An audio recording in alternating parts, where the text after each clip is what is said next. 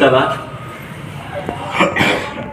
ಇವತ್ತು ಅಧ್ಯಕ್ಷರ ಮತ್ತು ಉಪಾಧ್ಯಕ್ಷರ ಒಂದು ನಾಮಪತ್ರ ಸಲ್ಲಿಕೆ ಫೀಲ್ಡ್ ಬ್ಯಾಂಕ್ಗೆ ಮತ್ತು ಚುನಾವಣೆ ಮಾಡುವಂಥ ಸಂದರ್ಭಗಳು ಈ ನಿಟ್ಟಿನಲ್ಲಿ ಇವತ್ತು ನಮ್ಮ ಅಧ್ಯಕ್ಷರಾಗಿರ್ತಕ್ಕಂಥ ಕಾಡೇನಹಳ್ಳಿ ನಾಗರಾಜ್ ಅವರ ಒಂದು ಅಧ್ಯಕ್ಷತೆಯಲ್ಲಿ ನಮ್ಮ ಎಲ್ಲ ನಿರ್ದೇಶಕರುಗಳು, ನಮ್ಮ ಮುರಳಿಯವರು, ನಮ್ಮ ಶಾಮೇಗೌಡರು, ನಮ್ಮ ಪ್ರಭಾಕರು, ಎಲ್ಲ ನಮ್ಮ ನಾಯಕರುಗಳು ಕೂಡ ಇಲ್ಲಿ ಸೇರಿ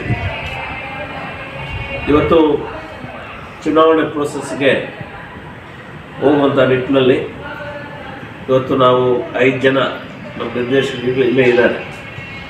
ಅವರು ಅಶೋಕ್ ಆಗಿರ್ಬೋದು, ನಮ್ಮ ಡಾಕ್ಟರ್ ಭರತ್ ಅವರಾಗಿರ್ಬೋದು, ಕೆಂಪಮ್ಮನವರಾಗಿರ್ಬೋದು, ಭಾಗ್ಯಮ್ಮವರಾಗಿರ್ಬೋದು, ನಮ್ಮ ಸ್ನೇಹಿತರಾಗಿರ್ತಕ್ಕಂಥ ವಿಶ್ವನಾಥ್ ರೆಡ್ಡಿ, ನಮ್ಮ ನಿರ್ದೇಶಕರು 5 ಜನರು ಕೂಡ ಒಗ್ಗಟ್ಟಾಗಿದ್ದಾರೆ.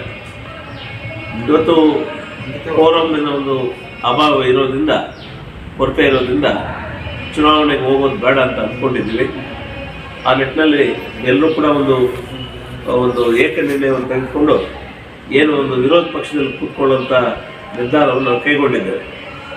ಇವತ್ತು ಒಂದು ವಿಚಾರವನ್ನು ನಾನು ಹೇಳಕ್ಕೆ ಇಷ್ಟಪಡ್ತೇನೆ. ಒಂದು ಕಾಲದಲ್ಲಿ ಫೀಲ್ಡ್ ಬ್ಯಾಂಕ್ ಅಂದರೆ ಯಾರೋ ನಮ್ಮ ಪಕ್ಷದಿಂದ ಒಬ್ಬರು ಗೆಲ್ಲೋದು, ಅದು ವಿರೋಧ ಪಕ್ಷದವರಿಗೆ ಸೀಮಿತವಾಗಿತ್ತು. ಆದರೆ ಇವತ್ತಿನ ಪರಿಸ್ಥಿತಿಗಳು ಇಲ್ಲ.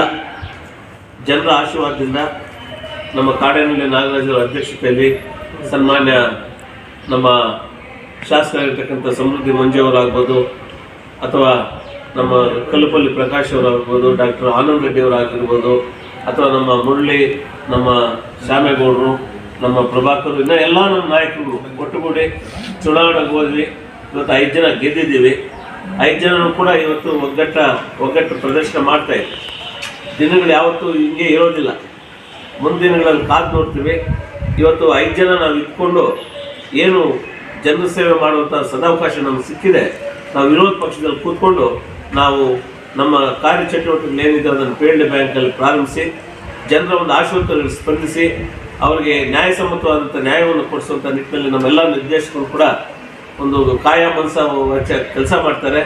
ನಮ್ಮ ನಿರ್ದೇಶಕರಿಗೆ ನಮ್ಮ ಪಕ್ಷ ಯಾವತ್ತು ಬೆನ್ನೆಲುಬಾಗಿ ನಿಂತ್ಕೊಂಡು, ನಮ್ಮ ನಾಯಕರು ಕೂಡ ಬೆನ್ನೆಲುಬಾಗಿ ನಿಂತ್ಕೊಂಡು ಅವ್ರಿಗೆ ಸಲಹೆ ಸೂತ್ರಗಳನ್ನು ಕೊಡ್ತಾ ಒಂದು ಫೀಲ್ಡ್ ಬ್ಯಾಂಕಲ್ಲಿ ನಮ್ಮ ಒಂದು ಅಸ್ತಿತ್ವವನ್ನು ನಾವು ಉಳಿಸ್ಕೊಳ್ಳುವಂಥ ಒಂದು ಪ್ರಯತ್ನವನ್ನು ನಾವೆಲ್ಲರೂ ಕೂಡ ಮಾಡ್ತೀವಿ. ಇಲ್ಲಿ ಇವತ್ತು ಚುನಾವಣೆಯಲ್ಲಿ ನಾವು ಚುನಾವಣೆ ಅಧ್ಯಕ್ಷ ಉಪಾಧ್ಯಕ್ಷರು ಚುನಾವಣೆಗೆ ಹೋಗದೆ ಇರ್ಬೋದು, ಆದರೂ ಕೂಡ ಮುಂದಿನ ದಿನಗಳಲ್ಲಿ ನಾವು ಪ್ರಾಮಾಣಿಕ ಒಂದು ಪ್ರಯತ್ನವನ್ನು ಮಾಡಿ ನಾವು ಮುಂದೆ ನಾವು ಏನು ಮಾಡಬೇಕು ಅಂತ ಕೂಡ ನಮ್ಮ ಎಲ್ಲ ನಾಯಕರುಗಳು, ನಮ್ಮ ಶಾಸಕರು, ನಮ್ಮ ಅಧ್ಯಕ್ಷರು, ನಮ್ಮ ನಾಯಕರಿಗೆಲ್ಲ ಕೂತ್ಕೊಂಡು ಅದ್ರ ಬಗ್ಗೆ ಸರ್ವಾನುಮತದಿಂದ ಒಂದು ತೀರ್ಮಾನಗಳು ಮಾಡ್ತೀವಿ. ಇವತ್ತಿನ ದಿನದ ಮಟ್ಟಿಗೆ ನಾವು ಚುನಾವಣೆಗೆ ಹೋಗೋದು ಬೇಡ ಅಂತೇಳಿ ನಮ್ಮ ನಾಗರಾಜನವರ ಅಧ್ಯಕ್ಷತೆಯಲ್ಲಿ ಒಂದು ತೀರ್ಮಾನ ಕೈಗೊಂಡಿದ್ದೀವಿ. ಸೊ ಆ ನಿಟ್ಟಿನಲ್ಲಿ ನಾವು ವಿರೋಧ ಪಕ್ಷದಲ್ಲಿ ಕೂತ್ಕೊಂಡು ನಮ್ಮ ಕೆಲಸ ಕಾರ್ಯಗಳೇನಿದೆ ಅದನ್ನು ನ್ಯಾಯಬದ್ಧವಾಗಿ ಜನರ ಒಂದು ಆಶೋತ್ತರಗಳು ಸ್ಪಂದಿಸುವಂಥ ನ್ಯಾಯಸಮ್ಮತವಾಗಿ ಮಾಡ್ತೀವಿ ಅಂತ ಕೂಡ ಈ ಮೂಲಕ ನನ್ನ ಸಭಾ ಮೂಲಕ ತಿಳಿಸಿ ನಾನು ಮಾತನ್ನು ಮುಗಿಸ್ತಾ ಇದ್ದೀನಿ.